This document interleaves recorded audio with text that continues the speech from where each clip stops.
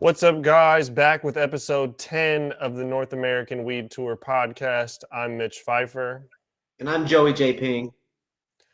Checking in with you guys from Seattle, myself and Joey in Los Angeles today. We got a special guest who we're bringing on a little bit later from somewhere else on the map. But for now, man, what are you smoking on? Bro, I just mixed up some Durban poison crossed with Gushers and this Dave East OG. So it's a little OG. It's this sweet, piney, creamy earthiness, some gas, and then some straight up sour, piney Gushers, man. That gelato cross. I just broke it down right here. It's so good. I'm sure that's So got a good. nice color to it, mixing the OG, some Gushers. I want to eat it, bro. It smells like some sour candy ice cream, like some sour froyo, like some sorbet, you know? Well, I got the this black marshmallow from High Tide. I don't know how you can. Yeah, it looks pretty good in there. Oh yeah, that's that black marshmallow from the other day, right? Yeah, well, I didn't do this one on the episode. I think I showed you. So these are like super dense nugs, like super dense, but it's crazy. It has like kind of a, I don't know what the genetics are. It has like a creamy, not quite gelato, but maybe some sort of sherb type something in there.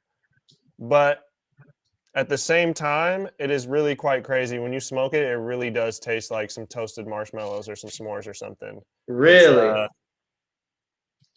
It's I don't know. It really is intriguing. Like a black marshmallow is like, that's kind of a weird strain name. I don't know, but when you look at it, you're like, damn, it looks fire. And then you taste it and you're like, yeah, that definitely tastes like some marshmallow. I love it. I love it. You obviously probably don't know the genetics on that, but what does it taste like to you? Oh, it says right here. Oh, Malibu Marsha times what's FAF? It says Marsha times FAF. Yeah, I don't know what that's gonna be. So Marsha, I take it as Malibu Marsha. Okay. Well, that's what I'm assuming. FAF, You already smoked some of it. You just didn't smoke it on camera. No, I'm not smoking it on camera, but yeah, I smoked it. It tastes like some s'mores. Like it really is like, it's a creamy, like I said, it's kind of got that creaminess of a gelato, and it has it in the scent too, but it's not like gassy. Mm-hmm. Yeah, it's like chocolate and marshmallows, which is weird. You know, like usually You're seriously telling me that weed, this plant, and that it tastes like chocolatey marshmallows? it has notes of that. It definitely has notes of that. I remember back in the day, they'd always talk about chocolate Thai from the East Coast. I never had it. My East Coast friends swore it tasted like chocolate. They swear it was usually some bunk, but they said it tasted like chocolate. But I'm assuming this is a similar phenomenon. It's weird. Maybe it's just in the name and it's a creamy smell, but it really does taste like some s'mores or something. I haven't smoked the chocolate Thai from Treehawk in a while, so I'd have to go check that back out again to see if that's still chocolatey or not. I forgot he has the chocolate Thai. Yeah. Well, I'm almost ready to go with this little joint here. I mean, little joint. I got a nice fat joint going on right here, and I'm excited because I've been reviewing a lot of really good weed, Mitch. I've been reviewing a lot of stuff. Some of it's been disappointing. Some of it's award winning. Some of it's formerly award winning. And today's special guest is actually currently 2021 award winning. There's no questions asked that it's some of the best cannabis in the country at this point. And so I'm pretty excited to start getting high, smoke some good weed. We get to ask questions with a really, really special guest today. Actually, 3 special guests. And it's just an honor, man. The North American Weed Tour, man. Really think about it, man. It's the whole legal cannabis. It really changed our lives. It opened up so many doors. We've been able to help so many people. My diet, my health has drastically improved in the last 5 years. You know, it's crazy. Yeah, it's dope, and it's dope to get tapped in with people across the country that are getting to experience what primarily us on the West Coast have been the only ones that got to go through over the last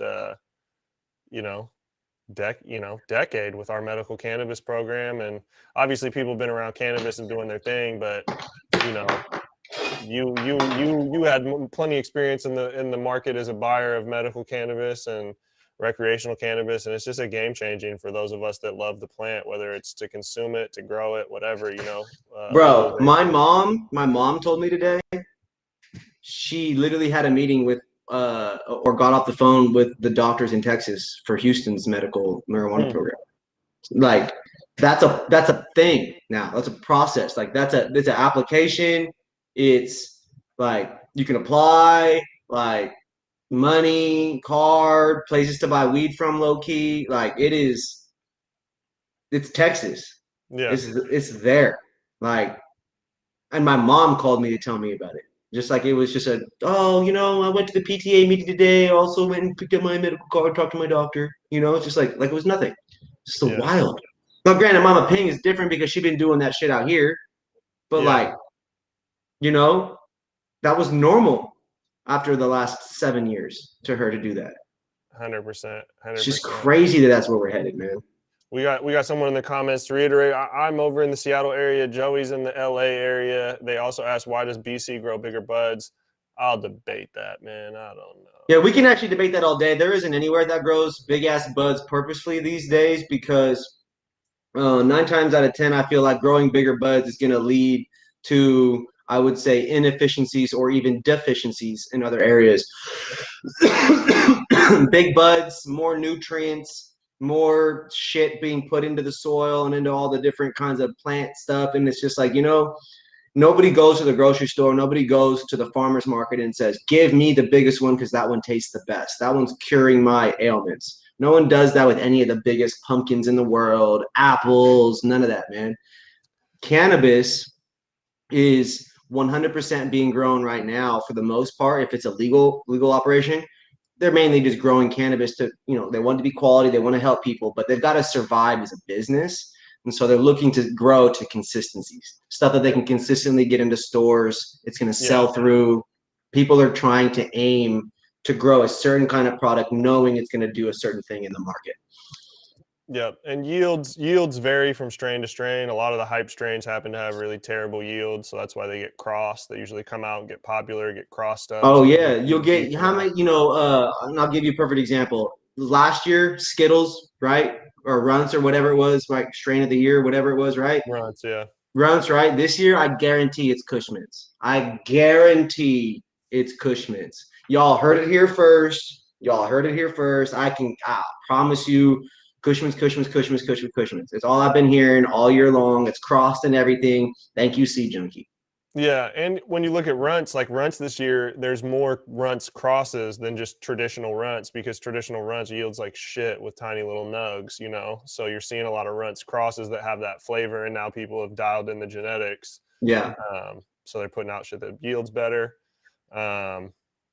This person's asking pretty in-depth questions. My leaves are drooping, and I can't figure out why. Come on.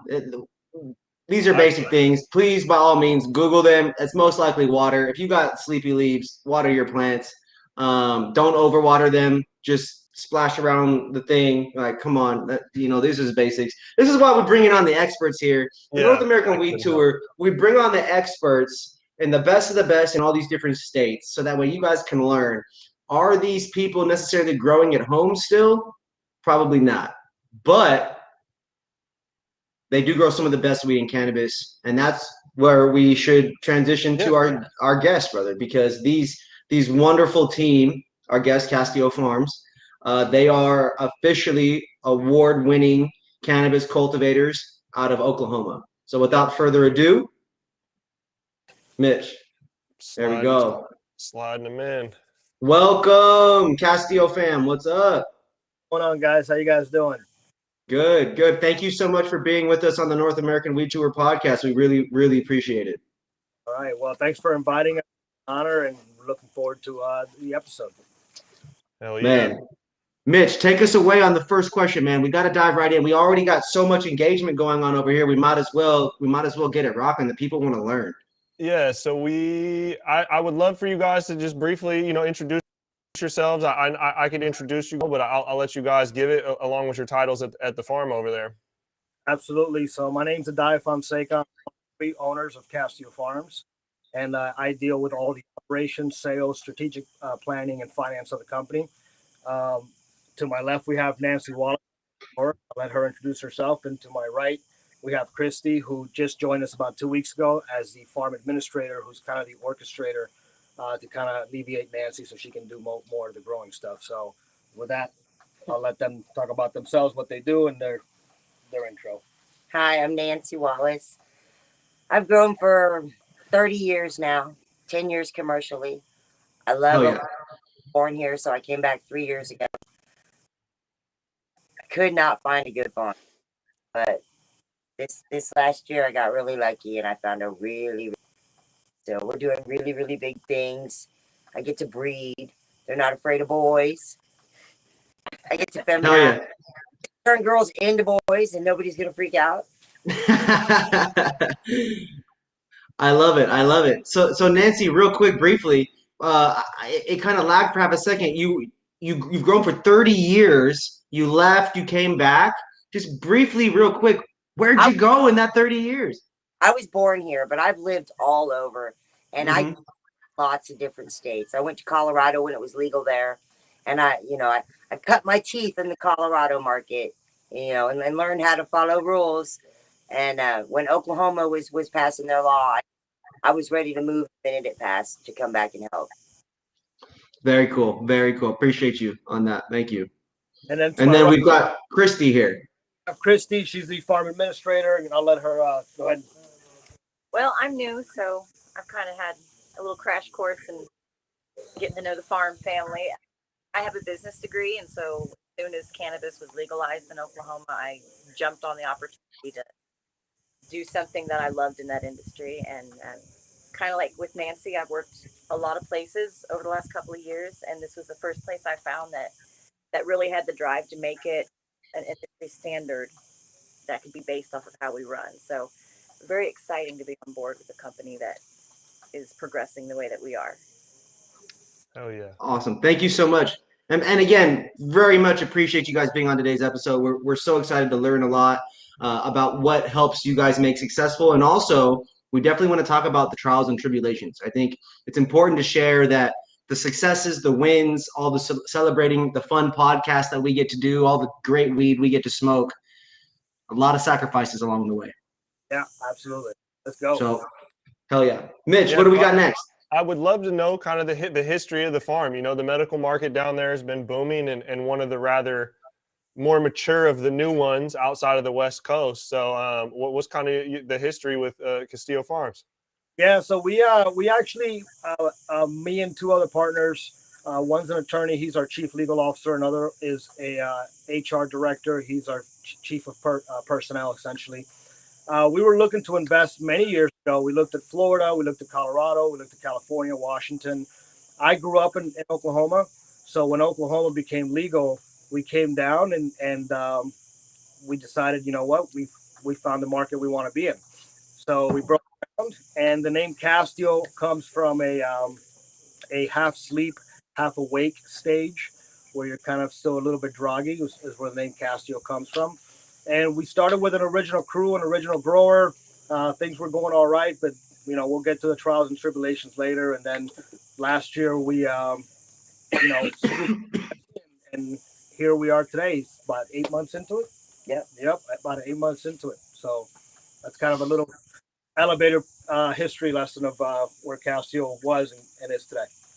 And you guys have had how many crops, how many harvests have we seen so far? So initially we've had two since Nancy came on board. We had a few trial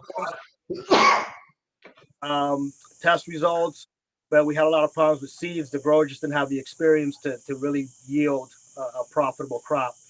And we decided not to sell anything, not to take it to market because we knew we could do better. And we kind of held on to like 4 or 5 harvests where we never even sold it because we knew we could do better than what we were doing. We were hitting.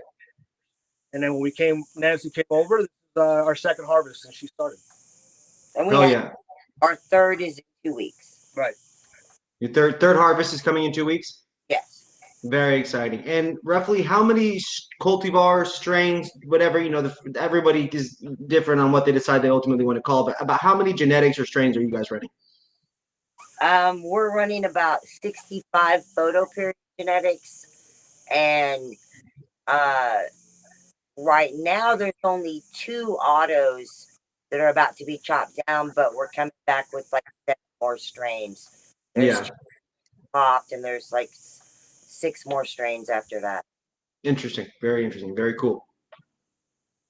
Awesome. We're doing and then you guys grow outdoor and indoor, right? outdoor, greenhouse. We have all 3. Okay. Which one came first? The indoor. The indoor. It was only an indoor facility when there's some issues with the HVAC and the air, dehumidification, and so I immediately said, hey, do a greenhouse and do a fence, and we can do an outdoor and work on problems with this building, at least be growing. Yeah, the outdoors and the greenhouse allows for a little bit more, I would say, to be agile and flexible with some of those Yeah, so if you have to empty your building to have somebody come in run dry peroxide 48 hours, you can put it all in a greenhouse. Smart, very smart. Got to be efficient. You can't lose days and times because you don't get those back. No, you don't. No, we don't get any days back.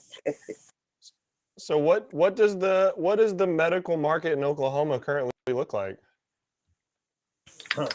It's fierce. It's real fierce. There's some 6,000 or 7,000 growers, according to the head of OMA yesterday. 7,600. Yeah. 7,600 growers in Oklahoma. Wow. And it's a booming market. We spoke with the director yesterday morning. 2 days ago. 2 days ago. Yeah. Tuesday morning? Thursday morning. That was yesterday. Today's Friday. You're confusing me. We work 20 days a week. So it's really hard to keep appointments because we're always working. Sure. So but we did have coffee with the director of the state program and talk about some concerns, some issues, how the program could be better for growers and patients. I'm also a patient. I was patient first, grower out of necessity. Yeah. So out of 7,600 growers, who's actually putting out quality work, and about how much canopy would you say is like the average canopy, or is that even known? The average canopy is not known, but I'll let you know this. The largest canopy I know of is from a guy named Tim Cable. It's not all his. He's got partners, but he owns the High Society Dispensary. He's got 3 locations in Oklahoma City. 24-hour, very nice, top of the line High Society Dispensary. So last year, or maybe it was the year before, because we're only in our 3rd year. So in the first year I consulted with him, worked on their farm a little bit, and showed him the outdoor was possible. And then the year after that, he pulled 15,000 pounds on his outdoor. And then we know a couple of indoor operations that are at probably 50,000 square feet at least. Yeah. Wow. and would you say that a lot of the maybe not a lot, but from what you've noticed, are people running similar genetics? I mean, are you still seeing the OGs? You seeing the exotic stuff? Is it designer weed? Is it the old classic, what people call these heirloom strains? The Blue Dreams, the Glues, cakes, cookies, whatever it is? In the very beginning, it was a lot of old school stuff. It was a lot of, Blue Dream and White Widow and things that people could easily pick up and recognize the name on. Yeah. But connoisseurs market. Pinkman's Goo is all over Oklahoma. Pinkman's Goo. Yeah. Interesting. We're really into sharing out here. And so if you can get a rare and cool cultivar, we got Freak Show. Freak Show is all over Oklahoma. We got Mazar. We got Punto Rojo. We share it. So we have like a lot of landrace genetics, a lot of cool genetics. Of course, Cookies is out here, and Ethos is big, and I like Mephisto a lot, and I get a quick turnaround with them. So yeah. what are some of your guys' favorite strains, I guess? And I'll start with Christy first because she's new over there. I could ask the OGs who've been growing it and running businesses, but let's ask from a consumer's perspective because I saw you smoking a J there for a second. As a consumer and you're new to the team, you've obviously been buying other people's weed. And I would assume that when you are interviewing with the new employer, you're probably not talking about your experiences with all the other brands that are out there. So, who do you really think, at least in a quality sector, it's not about the best of the best, right? We're not interested in, oh, this is the true best strain or this one is this. Like, nah, just who did you enjoy that did quality work that you can kind of show some love to? That's maybe not necessarily all in the same way at the top like Castio, but who do you know that is doing really good work? And what are some of those products that maybe a strain or a flavor or a beverage, or what is some of those items that you've tried? Well, okay, that's tough because I'm a little bit old school, so I like to grow my own. So for a long time, I pretty much smoked my own. Mm-hmm. So, I mean, I know I'm new here, so what I'm going to tell you is the best that I've ever smoked, and this is honest to God, is what I'm smoking right now, which is what Titanic Three Bears. And I can say that because I smoked for 20 years, and fine, I have smoked, and back when you could just get yourself a dime bag. So I've been around the block when it comes to what's good and what's not, and I can say that, you know, the pure intent behind her growing is felt in that weed. I don't know if that makes any sense, but yeah, no, absolutely. Someone loves what they do, you can tell. And when someone puts that passion into it, you can tell. And so I smoked when I sat down with her and I talked to her for the first time, and you could see that. You could see it. You could feel it in her product, her finished product. So, I mean, I'm going to give it out to where I work, obviously, but honest to God, it's on a different level. I was thinking something. She did not. And that strain. Not tell her to say that because we did not know the questions beforehand. So I was thinking. I just want to let everybody know. I didn't. You know, hey, we got a little surprise. I had to throw this little one in there because I'm interested. Nancy was talking about strains that I've never heard before, and then and I'm a customer. I'm seeking out those kinds of things, right? And to me, when and then I saw Christy hitting a joint there, and I was like, I wonder if she has tried some of these other things that that Nancy's saying is all over the place, right? And I'm like, man, I've never heard those strains. I don't know what those terpene profiles are like. Well, they're really rare genetics, but Oklahoma's just popped off with the really awesome rare cultivars. We got a lot of breeders out here because the program is so cheap. $2,500 for grower's license, plus $500 to another agency. And then you got an unlimited canopy. So it's a breeder's dream here. Yeah, you make a number of valid points. Where you can pop 5,000 seeds and pick the 10 best and throw 4,990 of them down the drain. Mm. Yeah, that's what we're doing. I take 100, I end up with 5. You're able to really test and pheno hunt at such a high level. Pick of the litter and throw all the runts in the compost pile. Wow, that's awesome. So that when we do take clones and make clones, that they'll be of the very best moms, and to do lots of F1 crops, get that hybrid vigor, so that it's born in Oklahoma. It can stand the wind. It can take the heat. It's not afraid of the rain. That's so interesting. So you're breeding to the conditions specifically there. Yeah. Well, if they got to be born outside and go through some stuff out here, and if they do good outside, then we'll keep them. But if they're struggling, then they're gone. They're gone. We need stuff that grows here for the market here. I mean, I could take a bunch of indoor stuff and clone it up and sell it to these guys that are going outside, but they want 10,000 clones, not for their indoor. Yeah, that's a whole different situation, and it's not even. Yeah, that doesn't make any sense to stick the indoor weed outside in a certain environment, and that goes to a lot of people that are watching as well. Microclimate is something that in the cannabis industry is extremely important. Washington has its own, the coastal cities have its own, dry areas have its own, windy areas have their own. It's a very unique situation. to have to deal with all these different factors. Can you possibly, could you guys possibly elaborate on what some of those variables are for you guys? I mean, like in LA, it got 110 degrees, like in my area today. If you grew in a building here, I'm sure that building got hot. Inside the greenhouse, doors open, sides rolled up. It's 120, 25 degrees every single day. Yeah. Outside, it was 90. It rained, so humidity was up to 100% at one point.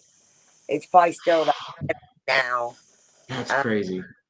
Our indoor runs at 74 degrees, 50% humidity, but it runs 24/7, constant drip, constant light, CO2 closed loop system.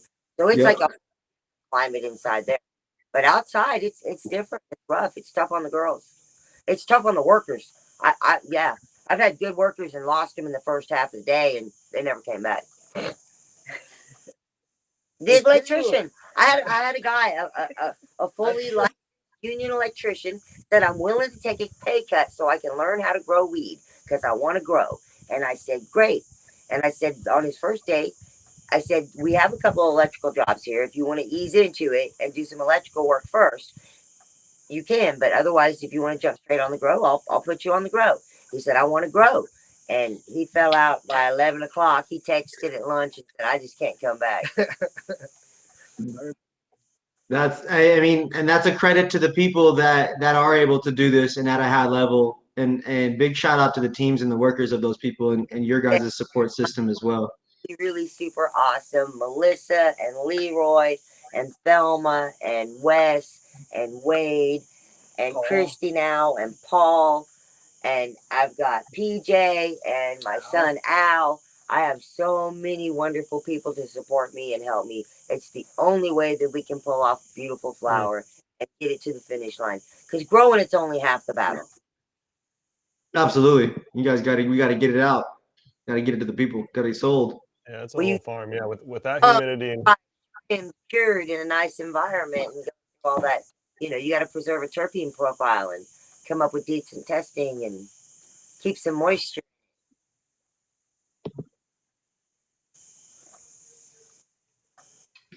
And then, so aside from growing, you guys also process in-house as well, right?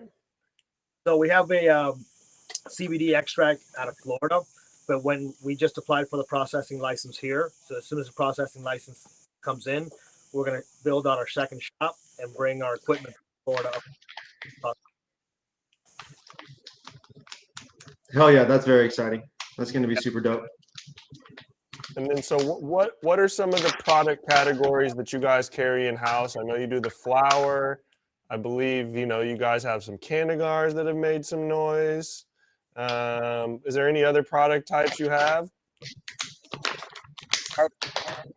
No, because I don't have a process license. I'm not allowed to do it. I have independent partner, a good friend of mine, cannagars. But I haven't. There's going to be some cool stuff coming out though. We're going to do a pediatric pets. Past purple dabs, and everybody wants those. So with the fresh pressed purple rosin and some purple hash. We'll be doing some old school hash, some balls, some pressed bricks. Maybe even do a little gold leaf on them with a stamp. Hey, I really like the purple idea. I think that's super cool. I want to do a quick shout out to a company that just launched here recently in California because they pressed the rosin into a weed leaf shape in the packaging. So could you imagine, right? Isn't that cool? And then could you imagine a purple version of that, right? Like what? Or a pink one, the different shades, like what? Come on. We've done molded dabs before, my son and I. So we can't do it now, but we did Han Solo and carbonite so you can melt his face off. Oh, that's fucking tight. Yo, for real, that's something that people would pay. That's $100, $150 item to be real, especially in the rosin space. Get George Lucas to go along with it. Oh yeah, I guess with the rights, that's crucial. That'd be hard, but I mean, there's a home grower type thing in Colorado. We did. Just change it. Just put the name Steve on it. Just call him Steve. Steve Solo in carbonite. That's really cool though. I love that. I'll call him Juan Cuban Solo. in carbonite. Juan Solo. That's funny. So the cannabis you guys do, you do it through it with another in conjunction with another company then? Yes, with Jeff Pender and Jeff's Exotic Cigars. He's an awesome guy. He's down in Lawton. Good old school advocate, patient first. Yep. Giving, caring kind of guy. I'd love to get him up here on the farm. I've been trying to poach him, but you know, you get what you can take. So for now, he'll make the cannabis. Oh yeah, most definitely. So this leads me to, I have a quick question about the you guys, and I would assume, I grew up in Indiana. I lived in Texas for a little bit, in Seattle, LA. I've been all over the place, and I still sitting here right now. I just don't know that much about the geography of Oklahoma. So I feel like it's kind of important for us to shed some light about, is there different markets there? You obviously have the big city there. You got the Thunder is booming. So it's popping, right? When in basketball season, all this stuff. Is that a big city? Is it popping? Is there a lot of weed sold in these things? Is it a ton of dispensaries in one area? What does it look like? We have more dispensaries than we have McDonald's and Starbucks combined. We have more. We have churches and bars combined. How many dispensaries do we have? 3,200. Yeah, it's going to 3,500 dispensaries. Yeah. There's 400,000 people on the program. There's 4 million people in Oklahoma. We have almost 4,000 dispensaries. That's a dispensary for every 100 people that's on the program. I mean, when you think about it, that 1 in 10 people in Oklahoma is on the program. Yeah. The population is on the program. And we have 1 dispensary for every 100 people on the program. It's wild. The market will correct that over the next couple of years.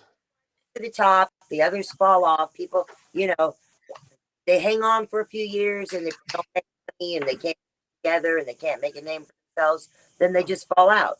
A lot of people are bowing out. And as regulations get tighter and tighter and tighter, then, more and more people slip out because they'll do it while it's easy, but they won't do it while it's hard. Exactly. And, I don't, every state does it differently, but like when Washington went rec, sadly, not everyone in medical was able to get over, right? A lot of the people that had the resume, I know some people might argue that they had the resume and didn't get it. I'm not sure how to look down there, but I know that switching from medical to rec also, just that whole process, it's another level of red tape, submitting financials that not everyone operating medically can tackle. Right. Well, if it happens in Oklahoma, we've been promised, now I don't know if this will actually happen, but we've been promised as small growers that if it goes recreational, that will be exclusive, the medical growers will be the only ones that can grow recreational for the first 2 years. And then the market up to other people. But for us to not just get rolled over, we get the first crack at it. Awesome. Nice. That's at least something done right finally by some kind of government in cannabis. And so, out of curiosity, what I know some have, what big name or corporate cannabis companies have entered into the Oklahoma market, whether it's, maybe word on the street hiding behind a different brand name, or people that are out there operating under their existing brand name? Well, Burner's here with cookies. Okay. Brought his cookies to Oklahoma. I heard that hype was short-lived. Huh? I heard that the hype was short-lived out there for that. It was really overpriced for what he was giving. It wasn't any better than what we were already growing here.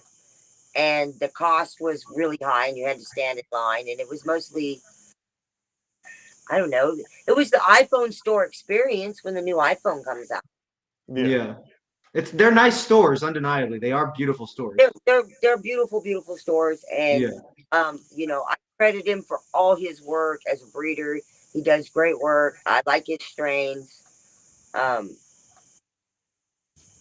Just comparatively to what's being grown there locally, it wasn't what the people wanted. the people of Oklahoma aren't really about a bunch of big flash and bang and corporate. You know, I mean, a lot of people have come out here, big names. Jim Belushi's out here with his Blues Brothers. Mm. Who's out here? Snoop Dogg's coming. 2 Chains is coming out. Oh yeah. Do you guys have like what is it, the beverages like Can or any of the other, do you guys have what kind of beverages do you guys have out there? Oh, we have all sorts of beverages. We have everything from Keef colas in every flavor imaginable. Yeah, I'm familiar with Keef. I drink that frequently out here. It's just filled with sugar, but it tastes good. It tastes good. But Yeah, then the sodas are good. Others, we have Bong Water is a really good one. Holy Water is a really good I one. saw the Bong Water brand on Instagram when we discovered you guys. I definitely got sent that one. You can get the margarita Mayday Bong Water and then put it in the actual margarita. That's the way to go. We gotta have a Margarita Monday with Castio. We gotta all redo this again and pour up on them. It's a Cinco de Mayo that we do the Margarita Mayday from Bong Water. That's hilarious. Really, really good one. And I think Tina's Edibles is coming out, or has a drink, or not a drink, but the drink Mitch. You just put it in your water. Who's the one at the Chronic Palooza? The one with tent next to it, kept giving us those drinks. Oh, I don't even remember. Those were good. Al would know. I don't know. My kid does all my promotion and marketing. He's my guy that goes out and talks to the crowd at all the events and knows everybody's name. And for you three, do you guys have a couple, like say 2 strains each that you guys all grow together that really, like when that drops, or when you're you now, Nancy, you're about to be 3 harvests here very shortly. Do you guys have something that is just like, man, even though there's so many genetics out there that you're doing, what is the 2 strains for you guys that you guys all smoke or like, that you just always go get, or you just are like, yeah, I need a little bit of that? The grape 3 Bears, if it drops again, is across from Mephisto that tested at 33% for me, and for an autoflower, that's completely unheard of. Wow. Okay, that sounds really good. And then I did a little breeding with the 3 Bears OG, because the grape 3 Bears is from 3 Bears OG double grape. Well, I put the 3 Bears OG with one called Titanic, and that one's been really, really nice. We got a 3rd place in a national cup out in Seattle last week. There we go. Congratulations on placing in the cup. Yeah, it was good to go to a national cup with a blind test where and if you win, it's really because your flower is good. Yeah, that's huge. It tends to have more of a popularity contest type thing going on. I mean, a little bit of bias goes a long ways. When I smoke, cookies, like you were saying, I associate it's supposed to be. It's like there's always that, man, I think it's supposed to be up there. I hope it's going to be up there, and then it's freaking never. So we want that same experience from our patients, right? It's supposed to be this, but we're hitting this every single time. It's hitting that every single time. So unlike other breeder that's out here in Oklahoma, I will not bring the best first. The aces will be in my hand until the very last card is dealt. I promise that I will always bring something better. I will always have a bigger card to pull. We're coming out with the little stuff. We're coming out with the stuff that's kind of pretty. Like the Pinkman's goo. All it does is ooze. That's it. And really? It oozes sugar and plant resin. And if you've ever smoked sugar, it's not pleasant. No. It looks like dab, but you can't dab it. It's just a gimmick. Yeah, because it's it's micro THCA, and that just doesn't taste good at the end of the day. But yeah, when it's all done and we come out with the really strains, the ones that the roach tastes exactly the same as when you lit it the first time, that's gonna stay in this pocket for just a little bit longer. But I've got some flavor to come out later, but not first, not most people. I don't want anybody to be disappointed in what they got from me. So, all right. So we got 2 of Nancy's there. What are you guys particularly, pocketing real quick when that drop hits? What are you guys smoking from your guys' stash and team? I'm kind of fond of the double grape. Okay. I'm a big fan of grape, so Probably that's one of my favorite that I smoked so far. The double grape. Yeah, for me, keep naming our own stuff. It's the best stuff that we can find. Sour Stomper, latest one, Nancy Bread, which is like Three Bears. And so Yeah. our best flower winner here in Oklahoma, and then Titanic Three Bears had recently. Those are my two favorites. Put me like them. Like, I don't know. I got like superpowers when I smoke that stuff, and I sleep like a baby. I hear you on that one. I actually here in LA was selling Three Bears OG on our menu for the live resin stuff that we sell for quite some time. And all of the vaping is vaping and all this, capsules are capsules or whatever it is. But when I dabbed it, the concentrated version of it, were you guys getting a nice citrusy and then also piney and spicy profile, like a real consistent OG? But then I felt like Three Bears was just a little bit more potent. Yeah, it's got a really, really good profile. You get a one flavor when you inhale and a different flavor when you exhale. Yeah, so, it was crazy. Depending on which flavor you like more, you can do one slower than the other. I like your style. Real slow. But if you like to exhale, you can exhale real slow. And then that double grape you were talking about, Christy, what do you know what the crosses are on that or what the parent is? I don't. Yeah. That's her. Double grape is from Mephisto, and I believe that was Grape Stomper times Grape Stomper. Oh wow. So that's a real nice trichome covered, slightly white, purple, dark green. Or dark green and purple. Yeah, dark green. We get about 40% purple right now. Wow, that's incredible. That's super cool. So could you on the Titanic bears, I'm only getting about 20-25% purple. But but that's incredible. Insanely gorgeous. You guys are growing for it to be more purple, it sounds like. Yeah, I'm gonna breed back to the purple over a few generations and try to get it locked in. And I picked up some nice seeds from Mandalorian. I got Anvil. It's a really dark purple.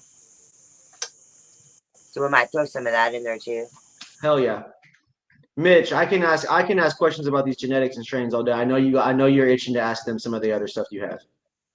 No, man, I love the conversation, but I want to take it back a little bit to the awards. You said you just got the third place at a National Flower Cup. You alluded to a couple awards that have been won there, the High Times Awards down there in Oklahoma. What are some of the awards you guys won over the last 6 to 12 months? How much? Green Grow, the Oklahoma Cup. Green Grow Expo did the Oklahoma Cup, and it was all online voting by all the people and patients in Oklahoma. So it was People's Cup and the People's Vote. And we got a best flower for Sour Stomper, and we got a best grower. And then we got a best pre-roll for the Canagar with the processor, but he got to keep the trophy. And then he also got first place for #1 product. Yeah. Wow. Well, congratulations on that, guys. That is very, very exciting, both on the cultivation side and then also being able to collaborate with the right team, find the right partner, and then, successfully put something like that into a competition, let alone just also selling it in the market. All those things are massive wins. So big congratulations on that. And I don't want to gloss over the fact that Nancy just said we got a best grower and then immediately moved to something else. And I think she was the one that won the best grower. So, Good catch. Nancy's very humble. I won't hand out my business cards because they sent me a new batch. It used to say head grower, and I was like, okay, I've grown a head or two. Head of lettuce, head of cabbage. I can be a head grower. And then the new ones came and said master grower, and I just threw them in a drawer. I won't give them away. I'm like, no. She's like, I'm not. She's like, I don't have any master Jedi in my repertoires. I'm sorry. No, slave to the plant. The master, and I shall not stray far. Probably maybe 200, 300 yards. Not even that far. Not even a football field away. 50 yards. So I love it. When I was talking about you can feel the passion in the flower. I mean, when you just talk to her, you can see that. And it relays into that flower. It's beautiful. And the humbleness is nice. Sometimes in this industry, usually the growers of not so nice grows are the most egotistical that you meet. I don't know what that has in connection, but usually people that feel themselves a little bit too much shouldn't be the ones hyped on their own shit. But we keep, you know what, Nancy's naturally humble, but part of our company, we have very diverse, very educated, successful individuals, right? And our job is to keep each other grounded and humble, grow, you know, and expand our market, and obviously, you know, um, continue to scale up, but never allow each other to become more important than the people that make it happen, the product that we deliver to our patients. And we keep ourselves humble by giving. We recently had a march at the Capsule in Oklahoma City. And so we borrowed a motorcycle trailer. And the march was on Friday. We started on Wednesday. We went 3 hours straight east, picked up a motorized wheelchair patient, and brought him back to the farm. And then the next morning, got up and went 3 hours straight south and got another motorized wheelchair and a wheelchair patient and brought them back to the farm. And then on Friday morning, got up, and it was Wade Reeves that did all of this hard work for the wheelchair patients. Loaded all the wheelchairs onto the trailer, got the patients into the truck. We took them to Oklahoma City. They were able to participate in the march, to get on the news, to be seen, to be, you know, the patients that matter the most are usually the ones who can't even get there. Yeah. So by giving, you know, spending 3-4 days with a couple of guys that can't walk will humble you. Absolutely. And I think that's really shows to your guys' character and the commitment you guys have to the community. Myself as a patient and as a former bud tender can't express how many times you know, and I don't know what it is about this freaking generation that I'm a part of. It's just we just don't help other people, man. We just don't even think about it. We don't put the time and energy into even planning out something like what you guys just talked about. And it's really disconnected. Your generation is digitally disconnected. The majority of us are, for sure. There's hope for a percentage, but I'm not gonna sugarcoat any of it or even try to deflect. It is just very clear that is the case, and it's unfortunate. And that's where people like your guys' selves, we very much appreciate you guys working with us on this tour to help bring to light that, you know, not only does your company exist, cultivate award-winning cannabis at a local scale against the local best of the best, but also nationally against some of the best of the best. Awarded by your peers, awarded by the people, and then you guys go above and beyond to do things like that. And it's not only that, but there's no press releases about it. There's no look at me, look at me. There's no selfies. There's no viral videos on TikTok submitted to Now This and BuzzFeed. You guys are in, you know, like there's people in here, Oklahoma, the new Wild West of the weed. You guys are in a new era of legalized Wild West weed. You're the guys that are next. You're the women that are up next. And it's very cool to sit back from over here on the West Coast and see you guys experiencing so much success, and to see people, real people buying your cannabis, seeing real dispensaries selling it, and then you guys winning the awards. I love it. I absolutely love it. I cannot wait to meet you guys in person here, you know, in the fall, and finally get to smoke some of that and to see one of those freaking Cannagars, man. Oh my gosh. Oh my gosh. We'll save you one. Oh, shoot. I want to roll one with you guys. I got to go over to that. I got to go do it. Hey, listen, I'll give you one to take home for free if you can tell me how many puffs it takes to get through a Cannagar. You're trying. Is that the Castio challenge? Is that a new viral challenge for you guys that I see in the marketing department? Puffs it takes. That's our whole campaign. How many puffs does it take? If you can document it and prove it to us, we'll give you one. Nobody's made it solo to the end, counting all of them. They lose track at some point. The closest we got was 11 and a half hours, 4 days. What? Well, wait. You're telling me this Cannagar goes for that long? This one guy. Well, so you can't smoke it all in one sitting. You take a break, or you get friends. I've had it go for 5-6 hours at an event. And then there's still like a giant Canagar roach that nobody can All get. right. I gotta ask some key details here because I'm an experienced Canagar smoker. I gotta tap in. Mitch knew I was ready to ask these ones. All right. How many grams are in this Canagar and what else is in it? All right, so it starts out with 7 grams of flour, Okay. pressed in a press and held in a vise for like 2 or 3 weeks. Yep. Skewer. To form it. Form it. When you pull it out of there, it's dried some. It's not 7 grams anymore. Yep. Now you squish some grams out of it. I don't know where they go. You take it out with diamonds and sauce, and then you gotta let it sit for about a week for the sauce to soak in and for the glossy to go away, for it to turn kind of dull. Yeah. You roll it in keef, but the keef turns dark right away, so you gotta wait and let the keef kind of soak in. Roll it a couple of times and wait a few more days and make sure that the keef, that there's no wet spots. Yep. Then you can wrap it in fresh canvas leaf. You put hemp wicker all the way around it, tie it in the hemp wick. They put it in an oak barrel with another little dish of terpene. It goes in there for 30, 45, sometimes 60 days. However long it takes for the leaf to be dry and not have a green smell. Yeah, it has to lose the chlorophyll. Right. You got to cure that leaf on the outside of it because it started.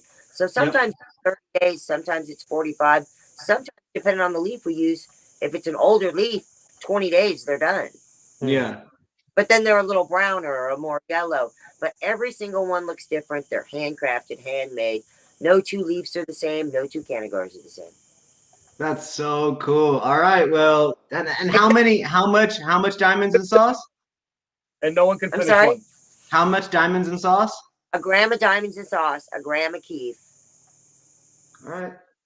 Well, I guess we're gonna have to put that one to the test because I have put down numerous Canagars in single sessions. Oh. Yeah. That was an online challenge. Yeah, I think, and it's not to say that they're not good. It's not to say they're not good, but it's like, and it's not to say that any of those people couldn't handle it. To me, it sounded like they chose to put it out, which is fine because it's an experience. I've been to the parties. I've seen them go around for 2-3 hours. Some of the 28 grammars that you know what I mean. That's why I asked how big it is. It's going to be very interesting to see if one person can handle a quarter to the face that's infused. Hey Joyce, I'll make you this deal, right? So you can pick a big one or a small one, whichever one you want. Yeah, we have a 3.5 gram one that's smaller. Right. See, I've done one of those in 45 minutes before. Okay, so you can pick a big one or 45 small minutes. One. Okay. Pick a big one. We'll give you an hour and a half on the little one.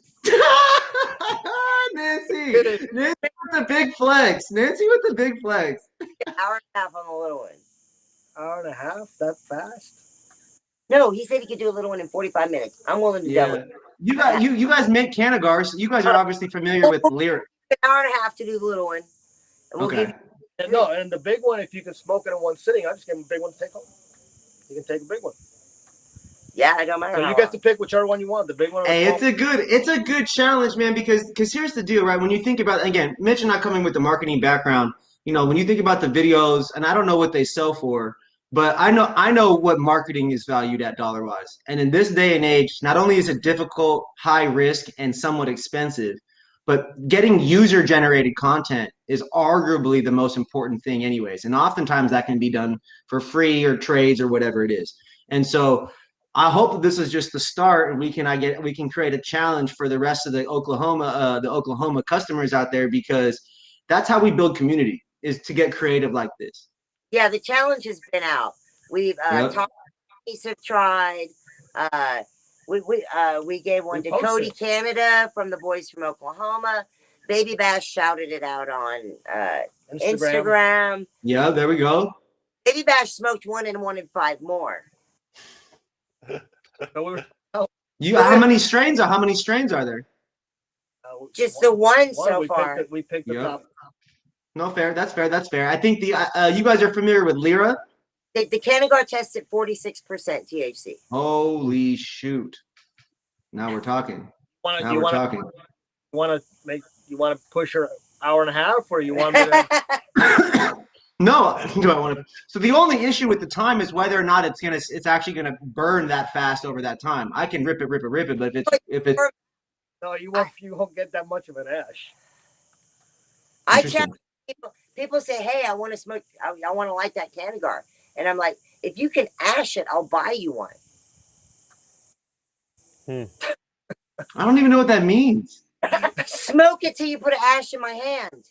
Oh, I see what you're saying. Like you won't need to ash it; it's gonna go all the way down. No, it won't make an ash. You're gonna puff, puff, puff, puff, puff, puff, puff.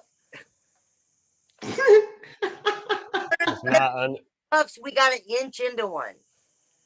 Okay, so here's the next question. For the people that are watching Cannagars, people that want to go to Oklahoma, they want a Cannagar. What's the price on the small one? What's the price on the big one? They're $275 is the large, and I think the small is $125 or $150. $150 is the small. You can get them at High Society for the price. Yep. Other stores, I don't know what they're charging for them. A lot of them have done and bought one and then done a raffle for charity and had people bid on it. They've done on them. It's just definitely a specialty piece. Oh yeah, absolutely. We don't make very many. No. How small batch is it? We get 25? What, maybe 25, 30? No, I think we've gotten 50 at a time. 50? I think once we got 50, but we try to keep it to about 40 Cannagars a month. We want to work 100, but I'm keeping them exclusive for now until enough people want them, and then we'll ramp the production. I don't want to. They don't age they don't age well. Sure. Yeah, no, for sure. You can't flood the market on those things. I can vacuum seal them and keep them, but that would be like frozen fish. I'd rather have a fresh Cannagar. That would be an interesting product, some fresh frozen Cannagars. Well, no, we're not freezing them. No. Can't do that. We can't do that. No, they burn better when they're fresh. So I'm curious for you guys, a little bit of a subjective question, but what is the most exciting thing about the cannabis market and specifically the cannabis market becoming legal and you guys being able to experience it at the ground floor of the medical market? You want to take that one? I don't know if that was directed to all of us, but he hasn't spoken. For me, it's just, there's the possibilities are just wide open, and that's where Oklahoma is really, really lucky in the way that laws are written. It gives us a lot of space to expand. It gives us the opportunities, like she's doing, experiment with different strains and new things, and it gives us a chance to really kind of grow and find the best so that we create these products for these patients. I know she mentioned we want a pediatric line. When we get to that point, just the fact that we can get to that point is amazing, and that's super exciting. So to me, just an open highway, and that's what to me is the most exciting part of the whole thing. Absolutely. Hell yeah. We're talking about an industry that's been suppressed for 80 years, 90 years, but before that was extremely beneficial for 3,000 years, 5,000 years, 7,000 years, right? 15,000 years. So, it's like we're rediscovering science and all these benefits. I'm not just a business owner. Nancy's not just a grower. Christy's not just a farm admin. We're patients too. We use, we have a farm, but we call it pharmacy because we're patients too. And the possibilities in the future for stuff like that, for that to take hold across the country would be amazing. What are some of the things that you guys have coming up, like on the horizon, whether it's 30 days, 60 days, 90 days? I know you guys mentioned a little while ago about the third harvest. Give us a brief timeline on some of the releases and strains, if you guys are able to. Oh, for the grow and strain stuff, I'll let Nancy cover that. As a company wide, I can answer some of that if you'd like. Yeah, we'd love to hear. If you guys have any events coming up, you guys throwing any festivals, whatever you guys got going down, great. We just want to fill the people in and what you guys got going down. Well, people should be excited because there's some pretty fire medicine coming their way in the next 30 days. So that's exciting in itself. But we have Our next event is on Thursday. We're hosting the director of the Oklahoma Medical Marijuana Board, her entourage, to come and see the farm and to help to make the rules, to make them a little easier to, you know, hey, you want to come see a farm and see how it works? I'm trying to advocate for we don't need to tag it till it becomes a product, because half of what I grow is male anyway. Why do I need to radio track boys? Yeah. Right. And then on the other hand, I need to grow boys. I need to produce pollen. That needs to be a product. That needs to be a thing. There's no provision to make pollen here. There's no provision really for anything to do with males to kill them, or according to the Oklahoma program, males don't even exist. Wow. Just a They didn't think of that part. But I got to jump in because it's important too, and I think this is what Nancy's alluding to, is that we give a lot of credit to the Oklahoma Bureau for even considering, right, to come to an actual farm and say, okay, what are the problems? What can we do to make it better? Right. A lot of state agencies never do that. So it shows a complete buy-in, across from the top to the bottom in the state. The state's been very supportive. So it's kudos to OMA for saying, okay, we're willing to listen to the people and make our program better.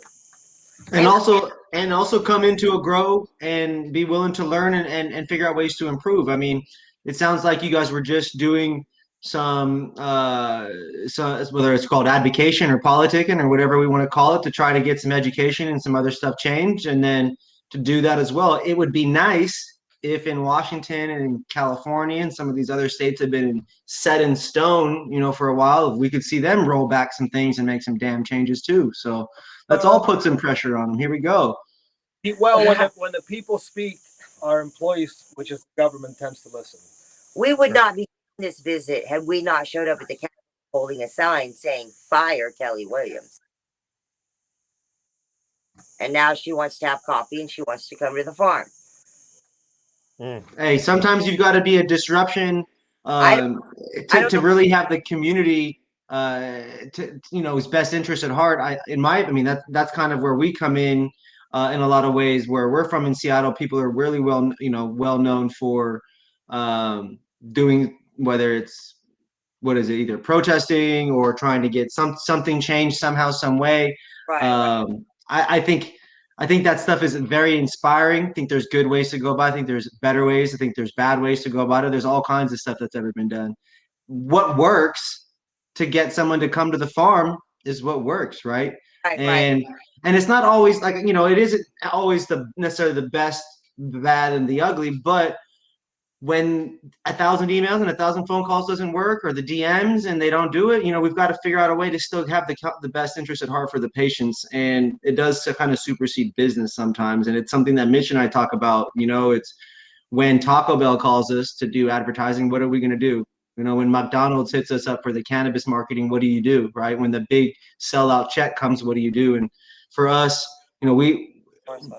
we don't know what we're going to do, because the NBA takes that money too, and they help kids with a lot of that money, and so we'll see when all those things happens. But we ultimately, we'd like to get behind the brands such as yourselves that are small businesses that are willing to go above and beyond for the patients. And this entire conversation, you guys have really just shown that, and the passion, the education behind it. It's very cool to hear that you can just breed just like crazy with the model that you guys have. The fact that there's no males, I heard that point as well, in terms of consideration with the legislation and things like that, like they don't exist. There's so many different holes in all these different systems, and this is where, again, it's very important that the people who are listening, can understand that all these markets are different. They're all legislated different. There's a whole different set of groups of people all overseeing these different things from state to state, and a lot of them take feedback, a lot of them don't. But shout out Oklahoma, and shout out you guys. Thank you for being here and doing all this and just helping to highlight what the heck is going on there. Yeah, any program director that's willing to learn, we're willing to teach.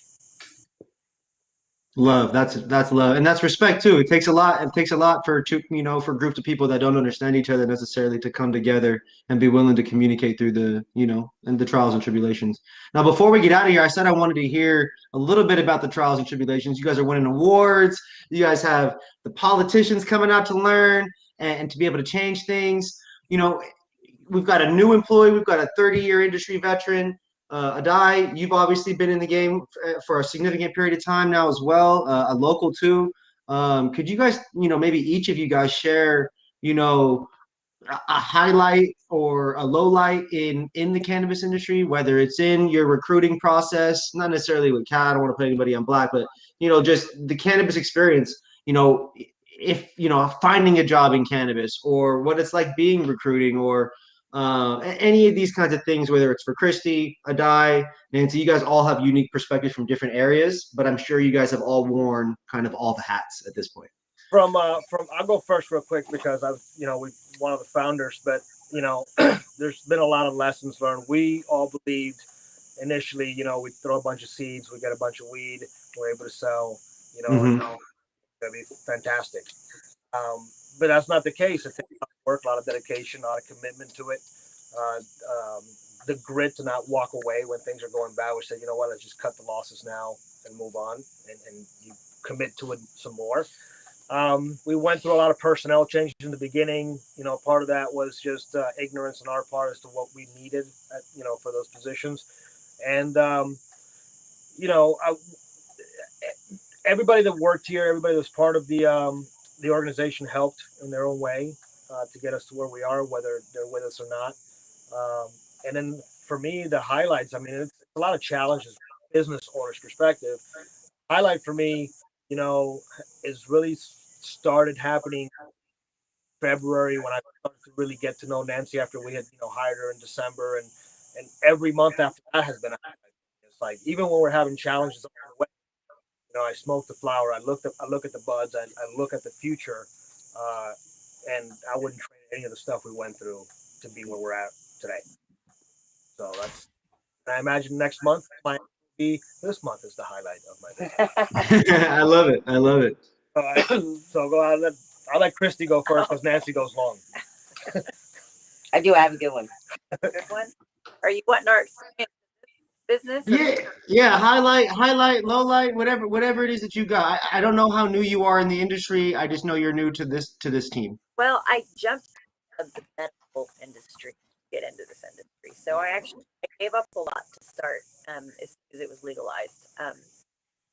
And I've been through the ringer. I think a lot of people in this industry have, because it's hard to find a good footing. So the highlight would absolutely be the fact that I found Castio and that we're able to grow together. And we have the same, I guess, ethical drive when it comes to what we want to do and the impact we want to make. So that's my highlight. And the negative was that it took this long to find this place, because I've been with a lot of companies that it was money. And I kind of said from the beginning, we have a lot of drug dealers running the businesses, starting to evolve and starting to grow as a state. We're starting to see the businesses have to be run by people. And so it's amazing to have that. But that was always my negative in the industry, was finding the people who had the drive to do it right. That's wonderful. Thank you for sharing that. That's huge. You got a good one. My low light was I got this awesome grow, and it was like a Lamborghini, and it was full of gas, and the road was straight. Everything was awesome. And I got in to drive it, and the clutch didn't work. Nothing would grow right in this beautiful closed loop system. All the temperatures right. I got the conditions right. I have DUs, so I just started running on, but nothing would grow. And everything looked like it had ethylene gas. Like I was growing next to I don't know, like I was growing in a garage with a propane generator. But wow. I didn't have hydrocarbon burned. All my CO2 in a bottle. We did tests everywhere. We tried mold. We did plant tests. We tried all sorts of things. And I knew that it was ethylene gas, so we We sent air samples to the University of Ohio, and a wonderful doctor there tested our air. Yes, we have ethylene gas, but I still didn't know why. And I know the plants were producing it themselves due to stress, but I didn't know exactly what it was. We finally tracked it down through different clues. We found there was some pink dehu water, and there was a bad smell, like a gym. It smelled like a gym. And finally, an agent told me, "I think you have stinky sock syndrome," and look it up. And it's basically where bacteria builds up and grows on your coils of your HVAC system, and then every time the air blows through them, it's a bacterial bloom in your room. Now, I had tested for molds. We tested for spores, but they didn't test for cyanobacteria.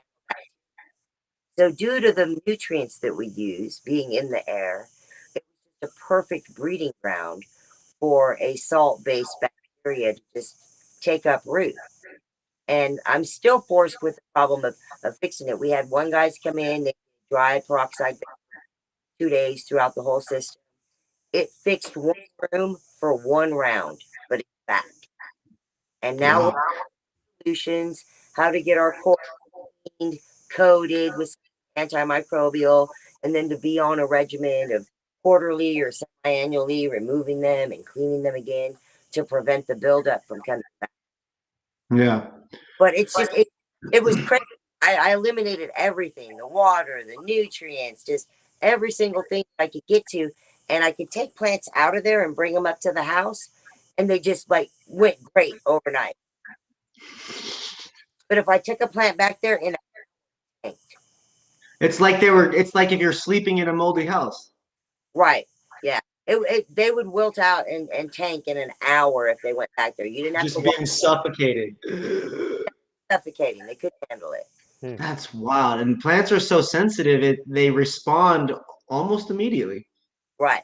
But during that, dragging them back and forth, I was like, well, these are flowers. They can't be in this air. And I moved them all.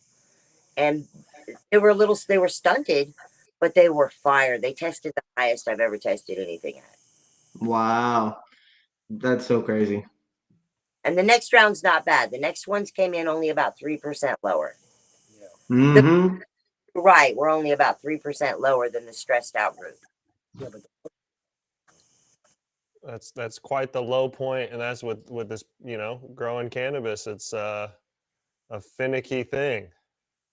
Yeah, but the more you stress it out, the more it'll produce cannabinoids, not flower, but cannabinoids. Right. You can go for yield, or you can go for quality. So did this flower come out with more cannabinoids in the test, or more terpenes, or what was the variation that you guys noticed? Flower had more cannabinoids and more terpenes. The stunted smaller buds, it was like they did what they normally would have done, but in a smaller space. They concentrated themselves. Interesting. So there's something to be said about big buds, big biomass to some extent, and cannabinoid content, terpene content. There's clearly at least some kind of direct correlation to that. And all these people growing big ass buds with high THC, I don't feel like people are going to get high for very long. They might be high for a minute or two, or 20, 30, 40 minutes, but they're not going to be high for very long, and they're not going to be asleep all night. So Missing the other cannabinoids. they are missing essential cannabinoids. We came up with, 15 to 20 terpenes in strain, and at least 4 or 5 cannabinoids each strain. I mean, we had CBG, we had everything. Wow, that's awesome. Hell yes. I love that. Gosh, I need to consume.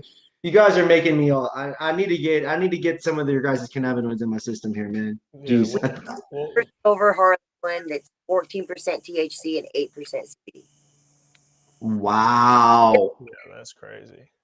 But it makes you great afterwards. Wow. That's crazy. Well, we sincerely appreciate you guys joining us at the late hour down south, coming in on the North American Weed Tour podcast. We look forward to coming out to the Oklahoma market and learning a little bit more and checking out some of this flower. Awesome. Thank you guys. Thank you so much for being on the show. I hope all of you guys three, have a wonderful harvest here soon. Thank you guys again for staying late with us. We very much appreciate it. Thank you. You know, the people out here, we wanted to know what's going on. You guys gave us a great insider's perspective.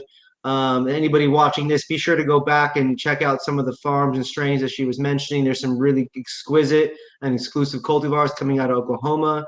And they're clearly doing some really exciting breeding things. So definitely tap in. Can you guys go ahead and shout out where people can find pretty much everything Castio Farms at? Yeah, so we've got High Society in Oklahoma City, License to Chill in Edmond, a couple dispensaries in Barnesville, one in Broken Arrow. But the best way people can get our flowers is just to go to their favorite dispensary and say, hey, contact Castio Farms. We got a 100 number, and we have our website, Castio-Farms.com, and you can go right to the order of what you're looking for. Beautiful. Thank you guys so much. This is Joey J. Ping here, checking in on episode 10 of the North American Weed Tour. We've got Mitch Pfeiffer. We've got Castio Farms. Thank you guys again. We will see you guys here soon when we come out and visit. Everybody stay tuned for the visit. Good night. Later, y'all. Oh,